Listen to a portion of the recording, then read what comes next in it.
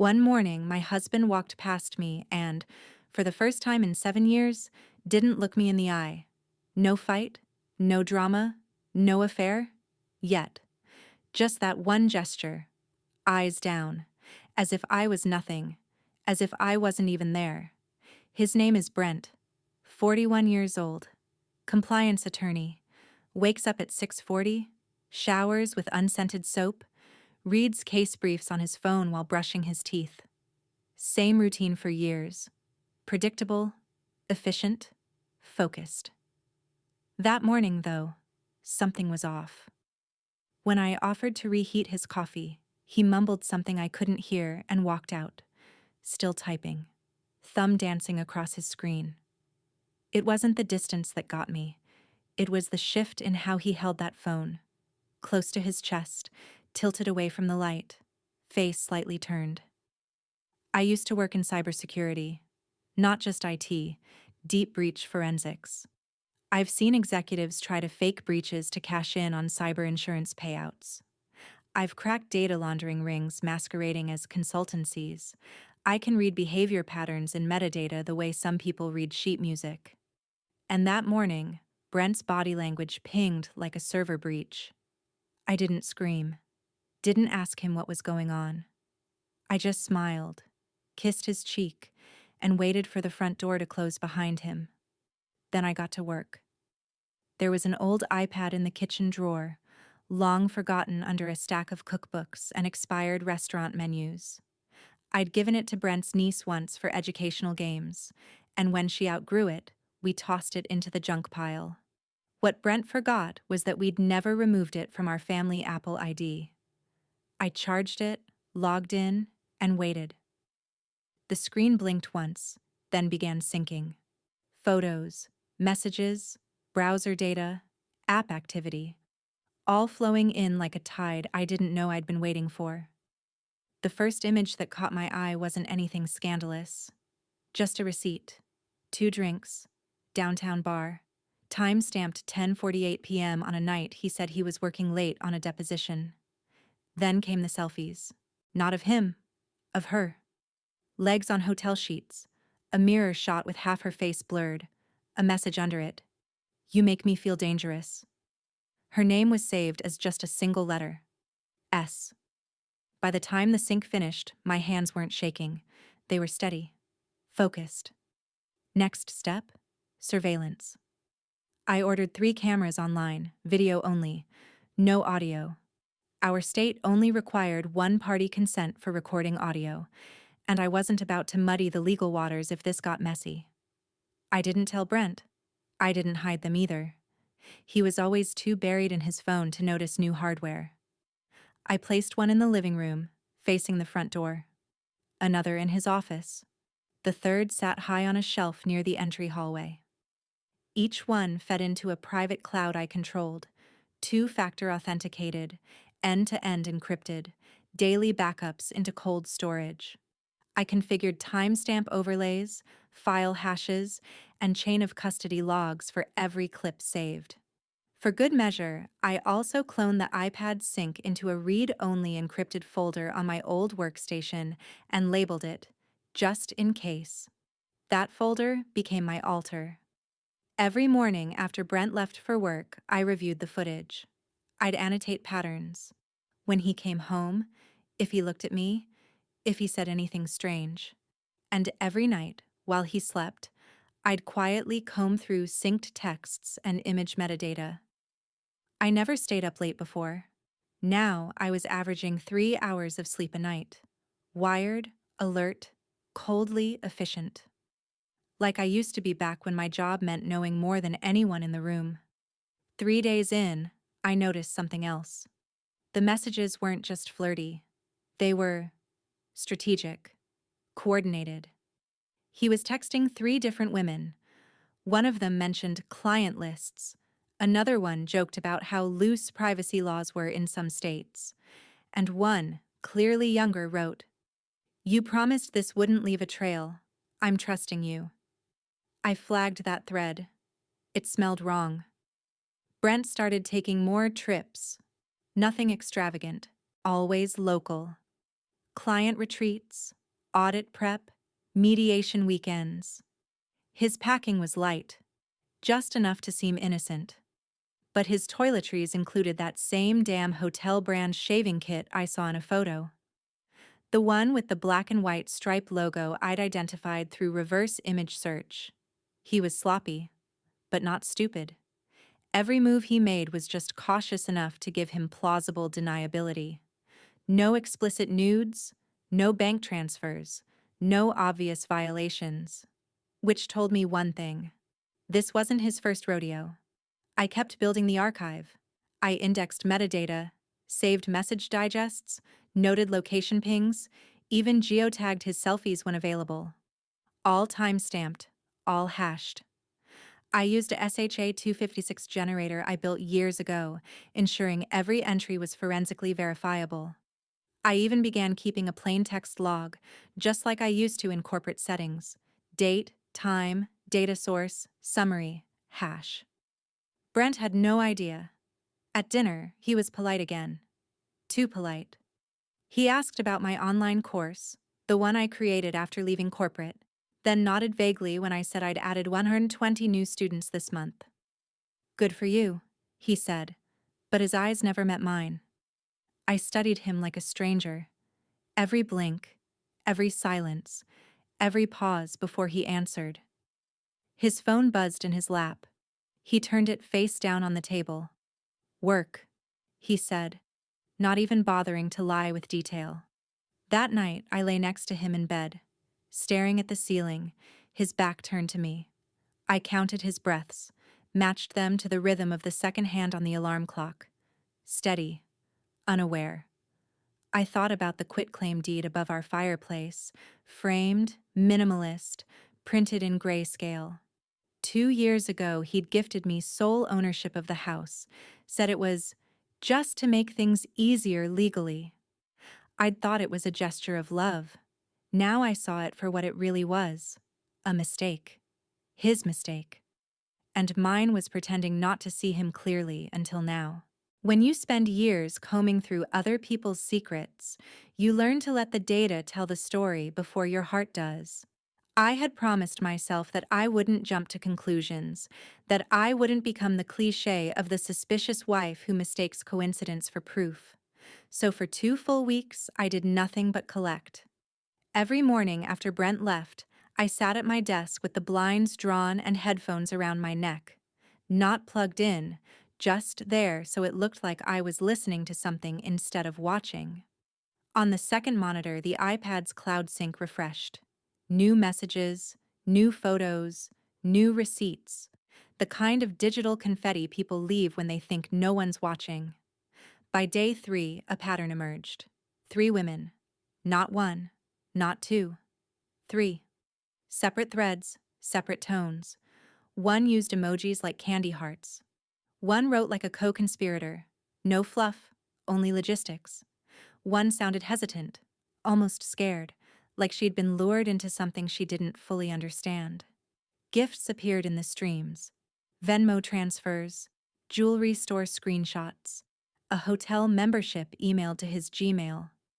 I created 3 subfolders under just in case and labeled them with the first letters of their names. My hashes stacked up like fingerprints. The more I scrolled, the colder it got. On the 5th day, a PDF arrived in the shared files. It wasn't meant for me. It was a corporate filing for an LLC in Delaware. Manager, Kara L. Price. That's me. Only I had never signed anything for this company. The digital signature looked like mine, but the IP log embedded in the metadata traced back to Brent's office. I downloaded it, saved the hash, and opened a clean text log. 1105-0941 LLC formation docs. Name forged. IP 173.22-90.12. Brent's office subnet. My stomach didn't drop. It tightened. Brent wasn't just sleeping around. He was using my social security number and forging my e-signature to set up shell companies. And those shell companies were tied to client data sales, lists of customers, invoices, risk assessments, sold off to shady ad brokers. I'd seen enough of those deals in my old career to know exactly what kind of trouble he was in. It explained the expensive hotels and the whispered calls. It explained why he had been so cavalier about our house deed. He thought he'd insulated himself. He thought if the worst happened, the fallout would land on me.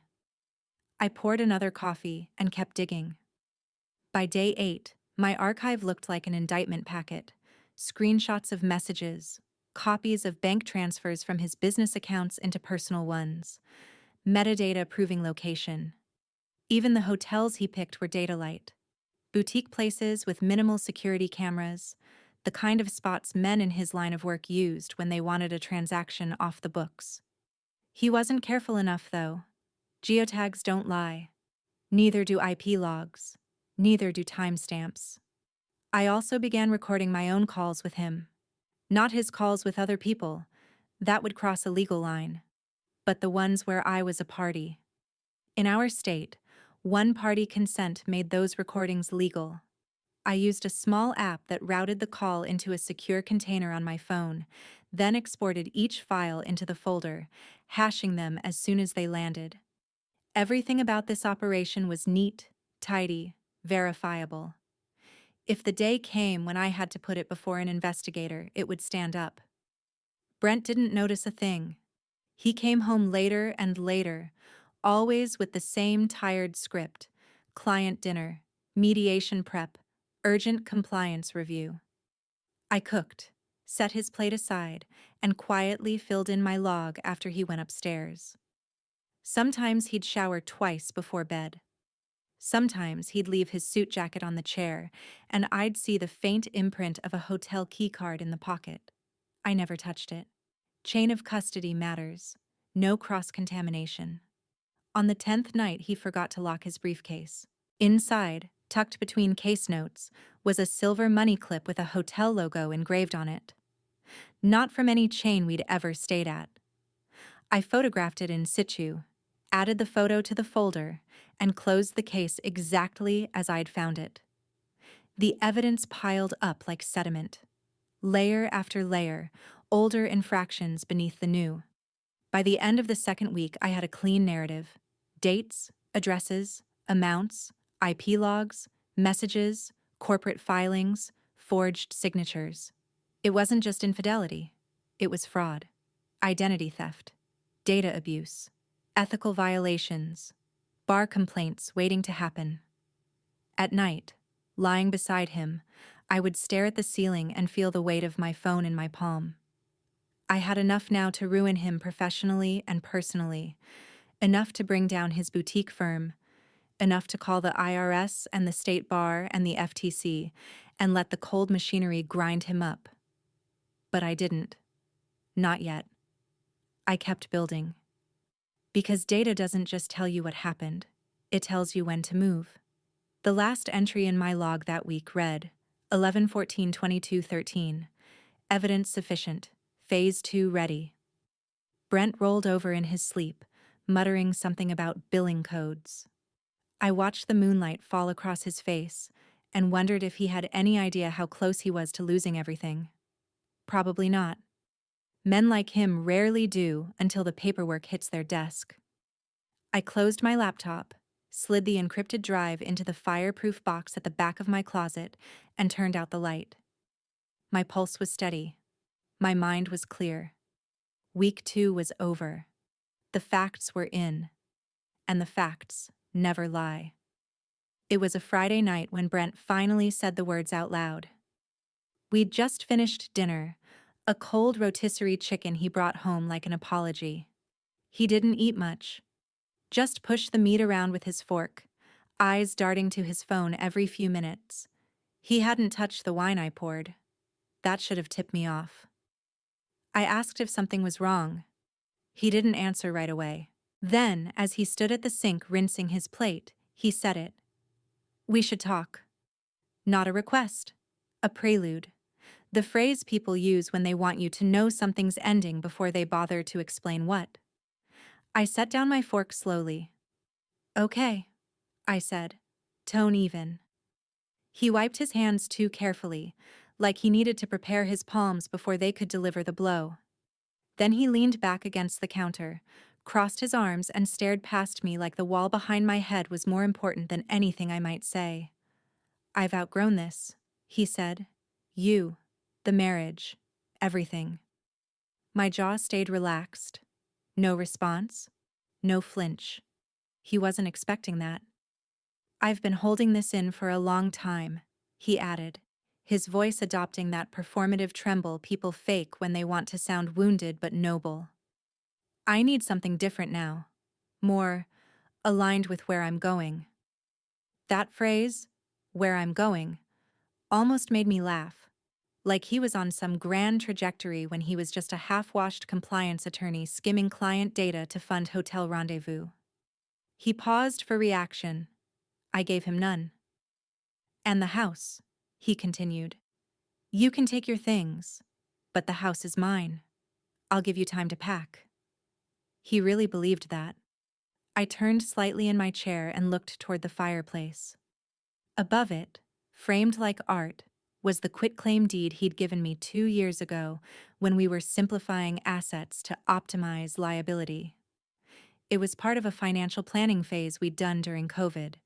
Estate protection, he'd called it.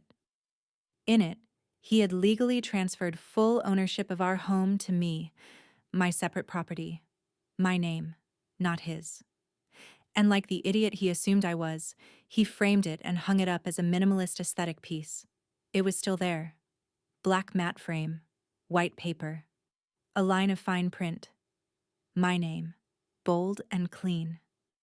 I tilted my head and smiled. "Are you sure?" His brow tightened. "Sure about what?"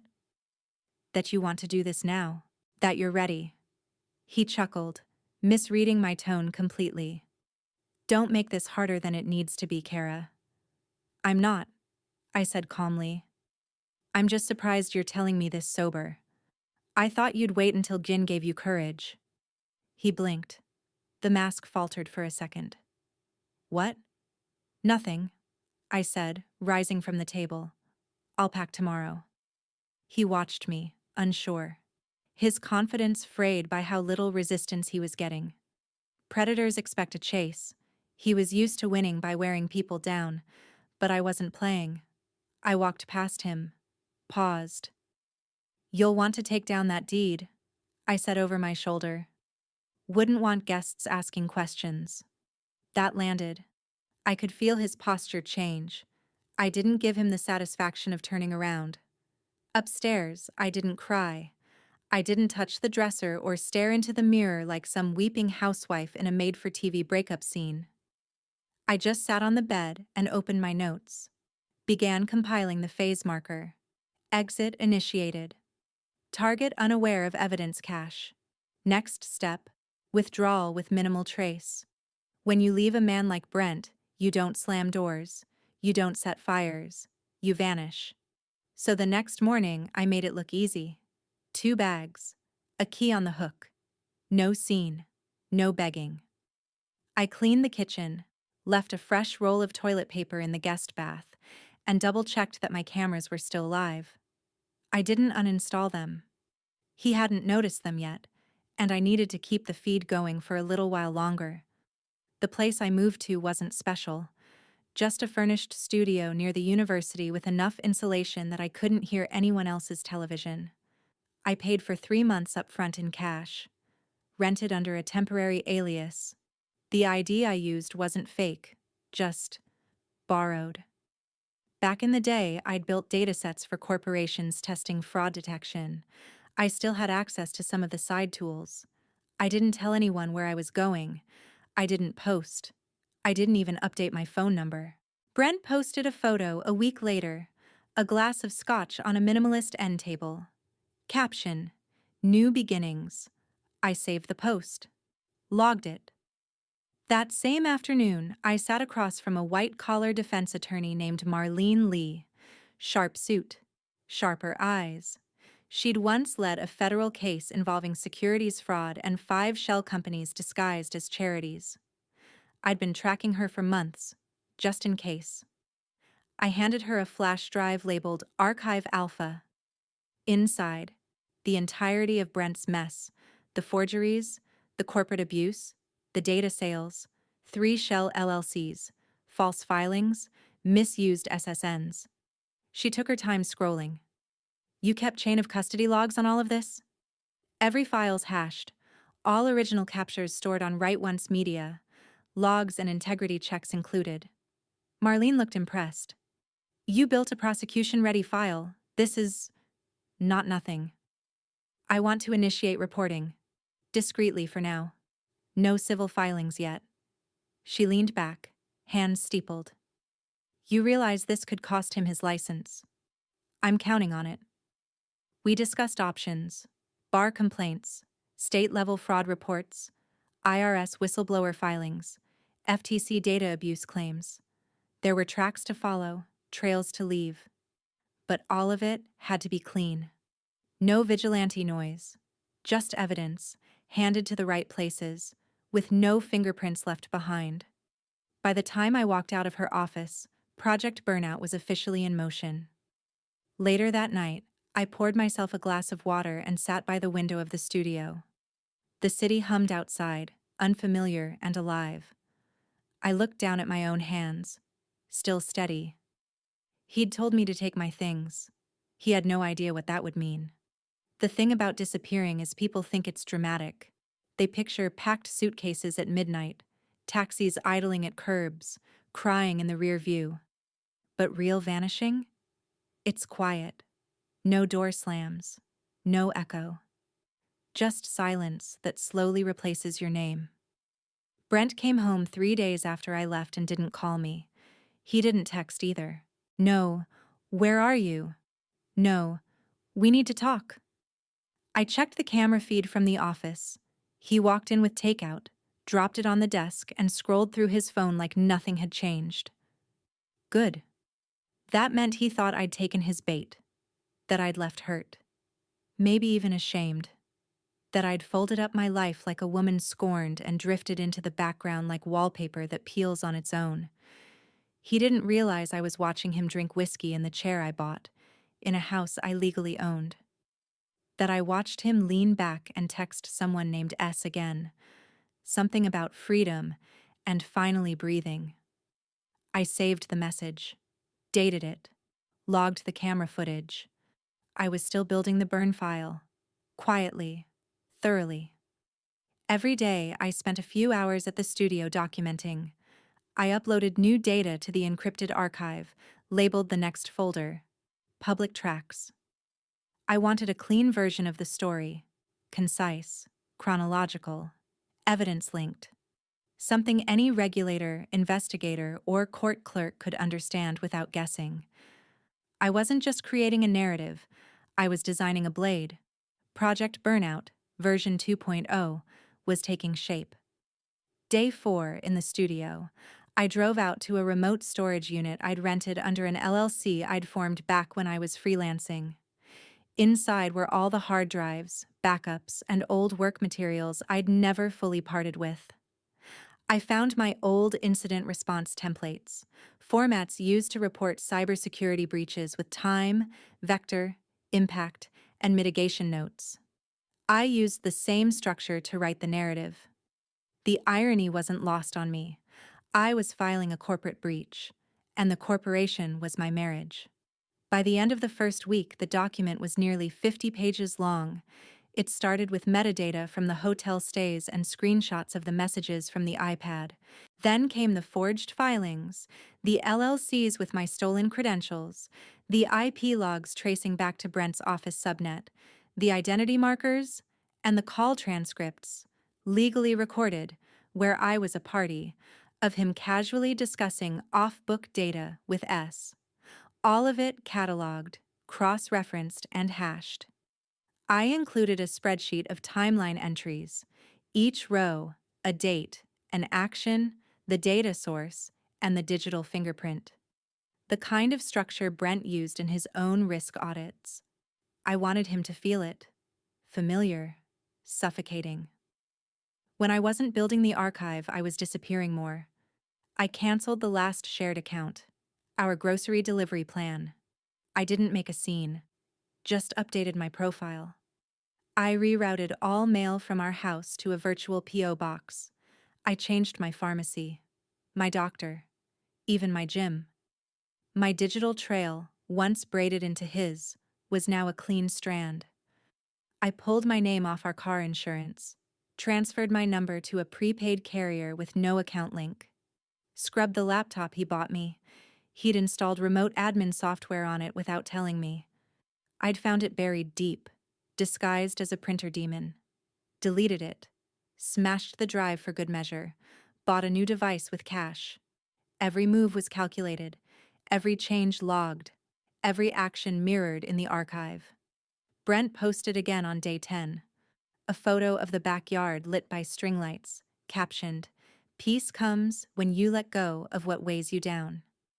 I screenshotted it, compared it to one from 6 months ago, when I'd set up those exact lights. He was already reframing the story. On day 11, I booked a meeting with the IRS Whistleblower Division. Not in person, not direct, just a quiet online submission of Form 211. I flagged his unreported income from data sales, traceable from the bank transfers, names redacted for now, but clear enough. I gave them the outline, the trailheads, the keys they'd need to follow the money. Then I drafted letters to the FTC and the State Attorney General. I didn't send them yet, just saved them in the queue. They were clean, unemotional, formatted with citations and attachments. Each letter had a cover page with my full legal name, a statement of standing, and a brief summary of events with embedded hyperlinks to hashed copies of the documents. It wasn't revenge. It was protocol. By day 13, I contacted the SBA's Office of Inspector General. Brent had bragged about pandemic grants he received, saying they barely checked. He'd used my name as an employee on one of the filings, though I never worked for his firm. I reported the discrepancy. Another flag on his house of cards. All of this was in motion, all of it quiet. I saw Brent once in the second week. He didn't see me. I watched him from across the coffee shop he used to love, sitting with one of the women I recognized from the synced messages. She wore a bright scarf and had the posture of someone who hadn't learned yet. He leaned in, touched her wrist, said something she giggled at. I sipped my drink, logged the time and place, and left without being noticed. It didn't hurt. Not anymore. What struck me most was how boring it all was. The same moves, the same charm, the same script. I wasn't special to him. I was just previous. On day 14, I encrypted the entire archive one final time, uploaded a copy to a third-party cold storage node with a time-release lock. Gave Marlene, my attorney, the access key. She would activate the public filings if anything happened to me. I had every angle covered now, every exit sealed. Brent still hadn't texted, still hadn't called. I was no longer part of his reality, but he was about to become very, very part of mine. Planting a legal case is like planting an orchard. You don't throw seeds and expect fruit the next morning. You pick the soil, test the conditions, prepare the rows. You plant quietly and wait for roots to spread under the surface where no one can see. That's what the next 2 weeks became. Planting. Marlene, my attorney, called our plan the drip. Small, deliberate filings, not a single thunderclap. Each notice, each report, each complaint another drop wearing down Brent's polished stone facade. When it was done, he wouldn't be hit by one accusation, but by a chorus of agencies asking for documentation all at once. First came the IRS. I submitted a full whistleblower Form 211 naming Brent's LLCs, his unreported income from data sales, and attaching the bank flow spreadsheets I'd built, dates, amounts, account numbers, and corresponding client lists, all cross-referenced to prove provenance. I included a statement of personal knowledge explaining how my SSN and signature were used without consent. I didn't frame it as a marital dispute. I framed it as corporate fraud and identity theft. Because that's what it was. Then Marlene drafted a packet for the State Attorney General's office. consumer deception, data abuse, forged documents. Each allegation had exhibits. Each exhibit had its own SHA 256 hash printed in the footer. We attached a chain of custody declaration I'd signed under penalty of perjury. Clean, tidy, unemotional. The FTC complaint came next. Deceptive and unfair data practices, we wrote in the cover letter. Consumer risk magnified by attorney's duty of confidentiality. It was short, clinical, and devastating. We didn't need to argue. We just needed to show. I also flagged the SBA Office of Inspector General. Brent had bragged for months about easy pandemic money, claiming he'd optimized paperwork. He'd filed at least one grant listing me as a staff member, a complete fabrication. The OIG portal accepted my supporting docs quietly. Another seed planted. While Marlene handled the agencies, I cleaned up my financial perimeter.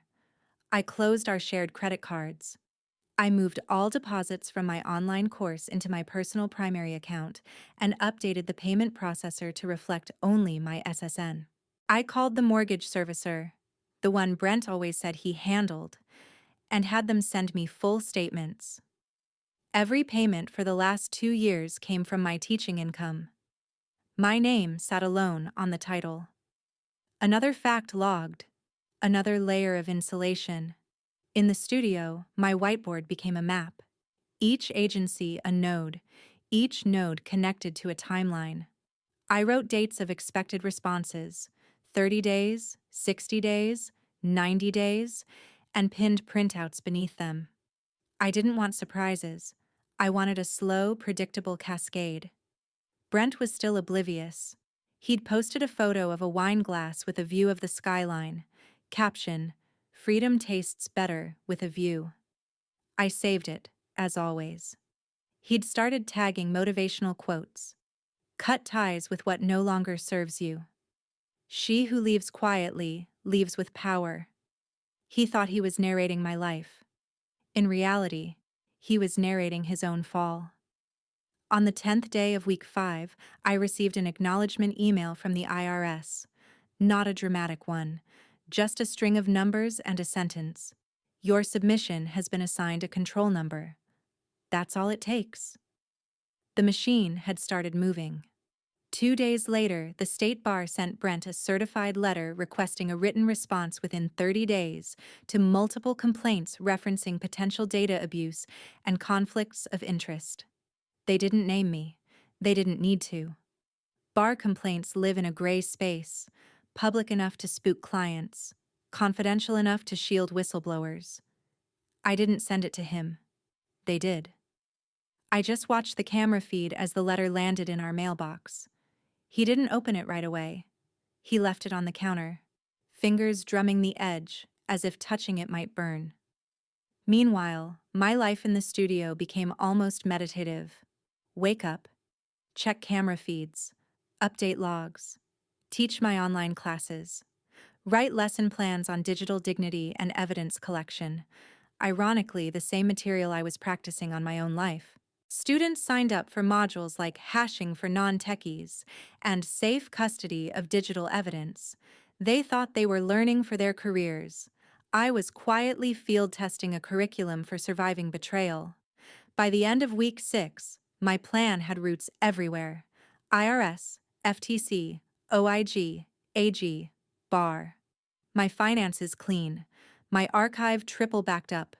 Marlene ready to pull the civil trigger at any moment, all without a single public confrontation. Sometimes at night I wondered if Brent could feel it. The quiet shift under his feet. Like a building settling before it cracks. Did he notice his phone calls getting shorter with clients? Did he notice invoices taking longer to clear? Did he notice how calm I'd become? He hadn't called me once. Not to apologize, not to negotiate, not to rage. Nothing. Silence can be a weapon. I wielded it like a scalpel. On the last day of week 6, I walked along the river near the studio and watched the water push under the bridge. The sky was pale gray, the kind of color that makes city lights glow before dusk. I thought about how, 2 months earlier, I'd been at that kitchen table offering to warm his coffee. Now I was orchestrating a legal siege. This wasn't vengeance anymore. It was a reclamation. I went back upstairs, locked the door, and checked my logs one last time before bed. Every file hashed, every exhibit labeled, every complaint acknowledged. The seeds were planted, and spring was coming. It didn't explode. It dripped. The first drip hit Brent like a whisper. Innocuous, easy to ignore. A reporter from a mid-sized tech publication left a voicemail on the firm's landline. "We've reviewed public filings and complaints that mention your name and your firm's involvement in questionable data handling," she said. "Would you like to comment?" I watched him hear it. My living room camera caught him stopping mid-sip of coffee, jaw tightening. He played the message twice. Then he swiped away and stood staring out the window like he was trying to calculate the damage based on the sound of the reporter's tone. He didn't respond. He thought ignoring it would make it vanish. He didn't know that by the time a journalist calls you, the leak isn't the story. It's the aftermath. 2 days later, his bank flagged one of the LLC accounts he'd set up using my identity. They suspended access pending a compliance review. "Suspicious activity," the alert said. "Third-party complaint under evaluation." Another drip. His firm's assistant, young, eager, nervous, called him 3 times that day. The 4th time, he finally picked up. I couldn't hear the conversation, but the pacing told me everything. He was cornered. Quietly. No sirens, no drama. Just that slow constriction of space when systems start to tighten. The Secretary of State flagged another one of his entities for irregular filings. A routine notice. But the language had changed. "Administrative review pending," it read. "That's government speak for, 'We're watching you now.'" And then came the letter from the state bar. The one I'd already seen land in our mailbox. He'd left it untouched for almost a week. Now, with pressure building, he opened it. Read, folded it shut. Didn't speak for 3 full minutes. That was the moment. Not when I left. Not when the photos synced. This. This was the moment I watched a man realize the floor beneath him was wet, and he couldn't find the leak. Marlene had warned me it might take a while. Bureaucracy isn't built for speed. But what it lacks in urgency, it makes up for in inevitability. Like a glacier grinding down stone. I stayed silent through it all. No texts, no calls, no contact. And yet Brent started cracking in the places I knew he'd hold last. His image, his posture, his certainty. The man who once told me he never flinches under pressure started showing up to work in wrinkled shirts. He stopped posting motivational captions. He disabled comments on old posts. I saw it in his eyes on camera, the scan for something that wasn't there before. The tension of waiting for a hammer that never announces itself. 1 week later, it got louder. A client pulled out. A consulting contract worth 6 figures abruptly terminated, citing reputational concerns. I wasn't behind it directly, but I'd submitted documentation to a regulatory body that reached that client's legal team. All I did was light the fuse. They did the math. Brent sat in the kitchen at 10:48 p.m. that night, scrolling through old messages. One from S, the woman who once texted him about how dangerous he made her feel. She hadn't replied to his last 3 texts. Her last message was simple. "Are you in trouble?" He didn't answer. Instead, he sent me a message at 11:12 p.m. "Brent, what did you do?" I stared at the screen. The gall of it. He thought this was something I did to him. I didn't reply. I never would. What I did was make sure every agency he bypassed, every woman he lied to, every client he compromised, finally saw the full picture. Not with threats, with documentation. Not with vengeance, with truth. The next day, he went on a podcast. I wasn't surprised. Brent's brand was always controlled transparency. He liked to seem honest in safe environments he could manipulate. He told the host he was facing false accusations from a disgruntled former partner, claimed that privacy concerns were being weaponized by people who didn't understand the complexities of data law. I watched the whole thing live. The host, bless him, had done his homework. Around the 30-minute mark, he brought up public complaints, referenced actual docket numbers, displayed screenshots of LLC registrations, and even cited a redacted letter from the bar. Brent tried to laugh it off. That's when the host dropped it. A recording. A short, perfectly legal clip. Brent, on speaker, talking to me, his voice crisp and calm, as he described off-book data swaps. A conversation I had recorded, lawfully. One where I asked deliberate questions, logged the time, and later submitted it to regulators. The host paused after the audio. "Can you explain that?" he asked. Brent blinked, stammered. The confidence cracked like old veneer. That podcast aired on a Thursday. By Saturday, 2 more clients terminated their contracts with him, citing reputational risk. He didn't post again after that. His name started fading from places it used to sit proudly. One sponsor paused a deal. Another requested indemnity. His assistant went dark. It wasn't public shame. Not yet. It was preliminary collapse, the quiet falling away of trust before the official letters arrive. And through it all, I said nothing. I watched from my studio, phone buzzing with alerts I'd set weeks before. Every flag, every drip, every consequence had been inevitable the moment he made me the villain in his own crime. I didn't burn him. I just stopped holding the umbrella. Week 9 was quiet in the way an abandoned theater is quiet. Empty, but still echoing with the performance. Brent had gone dark. No more Instagram reels about mindset. No more rooftop cocktails. No more motivational captions about resilience. He was still moving, still breathing, still showing up to work. But the feed had stopped spinning. His silence wasn't peace. It was the sound of a man pulling curtains closed before the storm arrived. I wasn't the only one watching now. The filings had moved past internal routing. Regulators had started asking questions. Law firms had begun cross-referencing documents.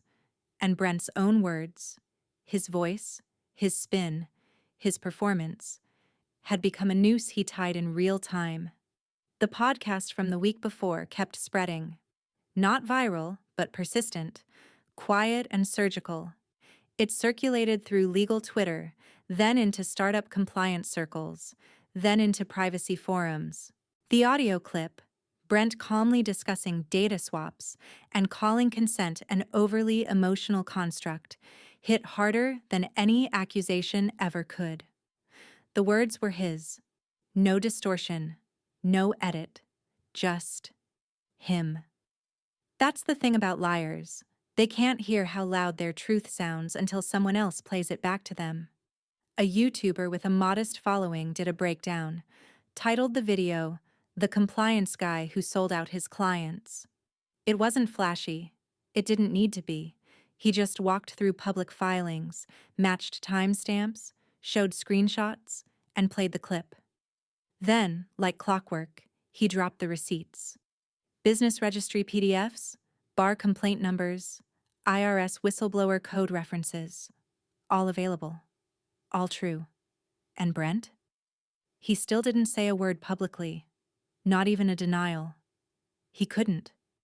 Because every move he made now had eyes on it. Clients, regulators, possibly prosecutors. One wrong sentence could be considered obstruction. One lie could land him on record. I received a text from a number I didn't recognize. Unknown. You used to be the quiet one. I didn't reply. I logged the number. Flagged the metadata. It pinged from Brent's office subnet, routed through a third-party texting app. He couldn't message me directly anymore. Too risky. But he still needed to say something, even if it wasn't clear. Too late. Silence had always been my weapon. Now it was my wall. Marlene sent me a brief update midweek. The bar had escalated their request. They wanted a formal written response from Brent within 10 business days, now under preliminary review. His answers would be scrutinized against the recordings, filings, and exhibits I'd submitted. Perjury wasn't on the table, yet, but they were circling it. She also noted that a journalist from a larger outlet had reached out, someone with national reach, known for covering tech law scandals. They weren't asking for comment. They were asking for confirmation, meaning they already had a story. They just wanted to be sure it wouldn't fall apart under fact-checking. I gave Marlene my approval to release the archive's redacted timeline, not the full file, just the skeleton. Dates, corporate entities, flagged financial patterns, quote transcripts with anonymized identifiers. Enough for the reporter to verify, but not enough to misuse. I trusted her judgment. She understood that this wasn't about theater. It was about surgical accountability. Later that night, I opened the project folder one more time. Inside it, I'd kept a secondary log, a personal one. Not just the dates and hashes, but how I'd felt when each piece of data came in. The sinking in my gut when I saw the first hotel receipt. The steady heartbeat when I watched him lie into a camera. The calm rage I'd felt copying forged LLC documents tied to my name. This wasn't about heartbreak anymore. It was about clarity. Clarity that sometimes justice doesn't scream. It just persists. I flipped through the home camera feed again. Brent was still in the house. Still pacing. Still drinking from that same chipped whiskey glass like it might answer something if he stared into it hard enough. The couch was cluttered now. Papers, files, a laptop overheating on a cushion. He looked like he was running an audit on his own downfall. He paused once. Looked up. The camera caught his face clearly.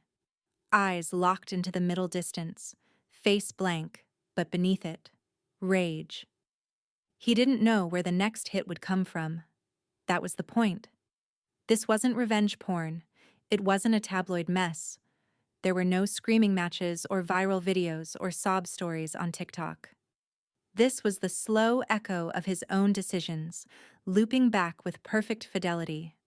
Every email he forged, every signature he faked, every woman he misled, every client he compromised, each had its own ripple. And now the ripples were bouncing off each other, forming a pattern too big to erase. I got an email at 3:06 a.m. the next morning, from a burner domain. No signature, just a subject line, "You win." No body, no attachments. I archived it, tagged the IP, logged it under echo, passive. This wasn't a win. It was a wall rebuilt from the inside. He hadn't even begun to understand what losing looked like. Brent had always spoken about assets like chess pieces. "You don't move a rook just because it's in your way," he once told me. "You make space and let it check for you." He believed in leverage, control, optics. It's why he framed the quitclaim deed like art, because in his mind, possession wasn't ownership. Appearance was. Week 10 taught him the difference. It started with a call to the title company. Brent, in a rising panic, tried to sell the house. I know this because two things happened that day. A new company name appeared in the property interest inquiry logs. My attorney received a courtesy heads-up from the escrow agent we'd worked with during the deed transfer 2 years prior. Brent had submitted an application to list the house as sole owner, citing domestic division as the reason for expedited processing. The response came quickly and cold. "You are not on the deed. No transfer of title can occur without the named title holder's signature. That holder is Kara L. Price." He'd stood in that kitchen just weeks ago telling me to take what's mine. Now he was learning that I already had. The footage that day was exquisite. Brent pacing in the office, phone to his ear, alternating between fake calm and choked fury. He flung a folder across the room. The paper landed on the framed deed. He finally took it down. Too late. Next, he tried the bank. I got the alert first. Joint business account access request. User Brent M. attempted to override dual auth security on account ending in 9471. That account had been frozen on my end 2 weeks prior. Dual consent required for any transaction. I had removed his authorized user status entirely. The flag tripped immediately. His call to customer service must have been a performance. They followed protocol, confirmed he was no longer on the account, and any disputes must go through legal. He didn't have a leg to stand on, not without forging something else. And even that wouldn't work now. Because I'd sent the firm's bank a courtesy notice through my attorney. Documentation of identity misuse, including matched hashes and timeline logs, along with a standing TRO draft ready for court filing if Brent attempted further financial access. It wasn't filed yet, just prepared. Labeled, time-stamped. Pre-litigation language has its own power. That's when the email came in. Subject: proposal for resolution. He'd caved. His message was thin. No apology, no explanation, just a bulleted proposal written in the cold, clean tone of a man trying to cut losses before the fire hits the fuse. He'd transfer majority control, 51% of his firm to me. He'd dissolve the LLCs tied to my SSN. He'd structure a payment plan for personal damages. In exchange, he asked for a signed agreement of non-litigation, no civil suit, no press, no further filings. I didn't reply. Marlene did. Her letter was clear and brutal. It included exhibits: notarized quitclaim deed, financial statements showing my sole mortgage payments, screenshots of his forgery, and the full timeline of his shell company web. It ended with a single sentence: this offer remains open for 72 hours. Failure to comply will result in civil litigation and immediate regulatory coordination with all involved parties. He signed. Of course he did. Not because he believed he'd done wrong, but because he finally understood what it cost to get caught. The transfer moved quickly. My name, on record, as majority owner. His resignation filed with the Secretary of State. We appointed a third-party compliance monitor, someone both sides could agree on, to oversee the firm's wind-down and clean-out. I didn't gloat. I executed. Day 1, I terminated all active data broker accounts. Each one received a cease processing notice. I sent letters to the clients most at risk, those who had trusted Brent with confidential audits, outlining what data had been mishandled, what was deleted, and what regulatory recourse they had. Some thanked me. Some didn't reply. Didn't matter. What mattered was that the digital rot Brent had been trading like currency was being cut out, file by file, entity by entity. By the end of the week, I'd closed 2 shell LLCs through the Secretary of State and submitted dissolution paperwork for a third. Brent hadn't even remembered forming that one. The routing number tied to its account had once been linked to a mattress brand ad campaign. He'd been selling consumer purchase behavior for months, disguised as risk assessment data. I locked all firm devices, wiped the cloud storage, retrieved archived email logs. Anything I didn't need, I exported and hashed for regulatory inspection. Brent tried once to call me during this. The number popped up. I let it ring out, then tagged the call record. Attempted unauthorized contact. Noted. His silence after that felt resigned. He knew the performance was over. What remained was just paperwork. In the days that followed, I took my first breath that wasn't defensive. I stood in the house I now legally owned and walked each room, not as a wife, trying to salvage something, but as a survivor, building something new. Not spitefully, not sentimentally, strategically. I began drafting the framework for what I would later call the Clear Trace Initiative, a micro-compensation model and legal guidance hub for women who'd been misled, digitally exploited, or signed into data schemes they didn't understand. It wouldn't just help them recover, It would help them retaliate, legally, with precision. I knew how. I had lived it. And now I had the tools, and the funding, to make it real. Brent's social media went completely dark. His LinkedIn profile vanished. No new posts, no engagement. The state bar file was still under review. The IRS had gone silent too. But silence from the IRS is never peace.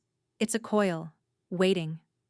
In corporate speak, an exit interview is a polite postmortem. Smiles, surveys, a handshake that says thanks for your time. But this wasn't a job. This was a cleanup operation, and I was there not to say goodbye, but to make sure the doors locked behind me and the floor was mopped clean.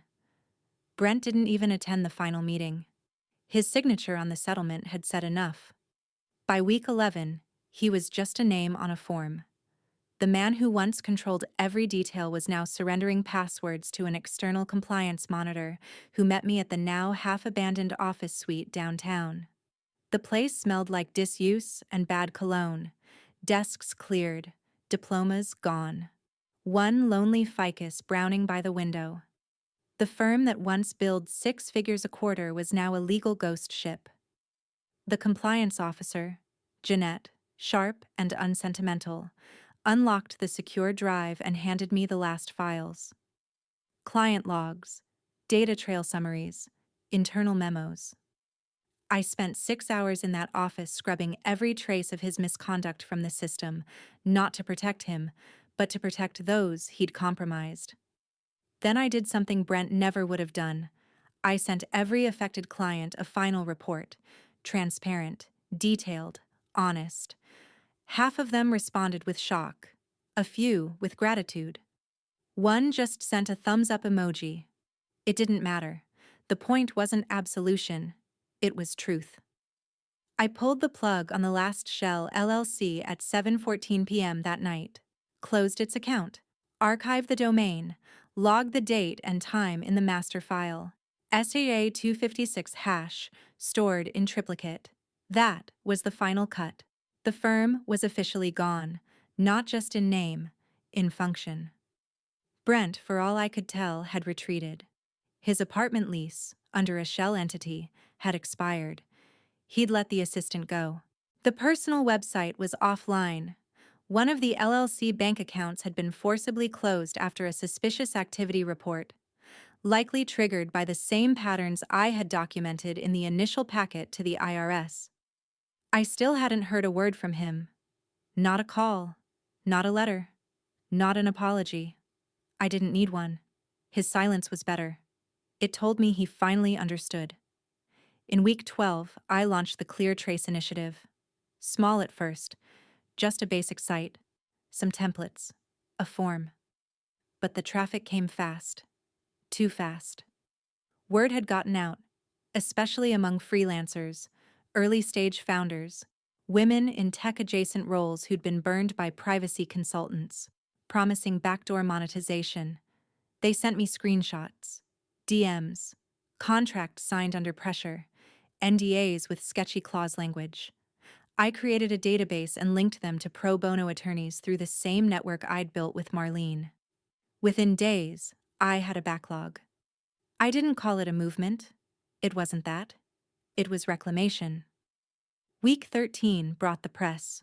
A local digital outlet reached out, one of the mid-sized tech blogs that had followed the story from the early filings. They'd seen the project, verified the timeline, matched filings with what I'd submitted. They wanted to profile the initiative, not the drama, the framework. I said yes. On record. They asked if I wanted to remain anonymous.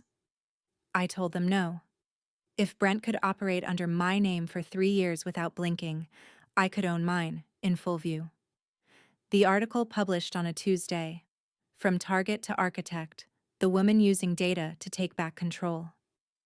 It wasn't sensational, it was clinical, structured, embedded links, archived documents, sourced commentary from legal experts. It went modestly viral. I received 312 emails within 24 hours. The Clear Trace site crashed from traffic. We fixed it by Wednesday. I didn't look for Brent's reaction, didn't check the logs, but around 2:13 a.m. Thursday, I saw it. An IP ping from an old device. Static IP, same one that had accessed our network from his office since 2019. Still bookmarked, apparently. He'd seen it. He still watched. I tagged the IP in my monitoring console. Ghost. I didn't block it. Let him watch. That was the thing about men like Brent. They didn't rage when you burned the house down. They raged when you rebuilt it without asking for help. I held no rage now, just precision. The final week was quieter. No filings, no responses, just systems humming. I received an update from the IRS, non-committal, as expected. Under evaluation, the notice said. That's how it always starts. They don't send you fire, they send wait. The state bar? Still under review, but I knew enough attorneys to know that silence meant inquiry. By week 14, I had scaled Clear Trace into a pilot program with 3 attorneys, 1 technical advisor, and a volunteer intake coordinator. We weren't crusading, we were processing. System by system, case by case. Not everyone needed revenge, some just needed language. I gave them tools, hash generators, custody logs, legal form templates, scripts for data disputes, step-by-step guides for collecting evidence without triggering retaliation. I made everything modular, downloadable, replicable, because Brent wasn't the only one doing this. He was just the one I practiced on. I unlocked the door to the house, my house, on a Sunday afternoon in early spring. It was raining, not hard, just enough to coat the pavement in that reflective sheen that makes everything look like memory. I hadn't been back since the compliance monitor closed out the final files and the last LLC was buried. The air inside smelled faintly like lemon cleaner and dust. Empty rooms always carry a scent. It's not absence, it's the echo of use. Everything was still, but not dead. There was one item in the entryway, a photo I left on purpose, printed on matte paper. In it, I stood on the porch, hand on the frame of the door, looking back toward the street. The caption, written in clean Helvetica below, read, "He told me to take what's mine, so I did." It wasn't vengeance, it was inventory. I kept the house, the title, the land, the silence. But more than that, I kept the knowledge. I had built a marriage with a man who treated people like data points, who commodified trust, who believed control was a zero-sum game, and that security was something you sell, not something you build. And then I dismantled him with the very tools he underestimated. I didn't do it with fire. I did it with hashes, with timestamps, with paper trails and custody logs, with the methodical precision of someone who knew better than to scream when she could document. It took 16 weeks to destroy the narrative he'd been crafting for years. But it took one moment to decide I wouldn't play the fool again. I stood in the center of the living room and ran my hand along the wall where the framed deed once hung. The outline was still faint. Sunlight had aged the wall around it. A ghost print. I left it there. I wanted the reminder. I walked room to room, not to reminisce, just to assess. What do you keep when everything goes? What matters? Some things I did keep. The documents, the project files, the Clear Trace initiative, now fully funded through a combination of structured settlements and small grants. We'd helped over 80 women in just the first month. Cases ranging from forged digital authorizations to hidden tracking in collaborative apps. Most of them had no idea they'd even been compromised until we taught them how to look. That was what Brent underestimated the most. Not my pain, not my intelligence, my discipline. I didn't burn the bridge, I built a firewall. From that came something scalable. Clear Trace became digital dignity. More than just a hub. It was a toolkit, a mindset, a community. We rolled out courses for small business owners, educators, therapists, people who often found themselves outmaneuvered in contracts or afraid to push back against weaponized tech. We taught them to collect clean evidence, to hash files, to preserve chain of custody, to use metadata like witness testimony. It wasn't glamorous, but it was power. Week 16 ended with a message from a woman in Vermont. She'd followed our documentation guide to expose her employer's use of shadow surveillance on staff devices. She didn't file a lawsuit. She didn't go to the press. She just handed her evidence to the right agency and watched the dominoes fall. Her message was short. Thank you. I didn't scream. I documented. It worked. I closed my laptop and stared out the studio window. Brent hadn't pinged the server in 6 days. Maybe he finally let go. Maybe his IP changed. Maybe he was still watching from somewhere else. It didn't matter. I'd archived every session, and I'd moved on. That night, I returned to the house one more time. I placed the photo in a new frame, one with thick black borders and a glass front. I hung it in the hallway, where the morning light would hit it just right. Not for Brent, for me. It was a boundary, a declaration, a record. Not of what I lost, but of what I chose to keep. The next day, I taught a class titled Evidence Before Emotion, Protecting Yourself in Data-Driven Relationships. 35 women showed up live. Another 80 caught the replay. I opened the session with the same line I always do now. When someone shows you a lie, don't yell, don't fight, don't plead. Just open a folder, title it something boring, and start saving. Because that's the truth no one warns you about.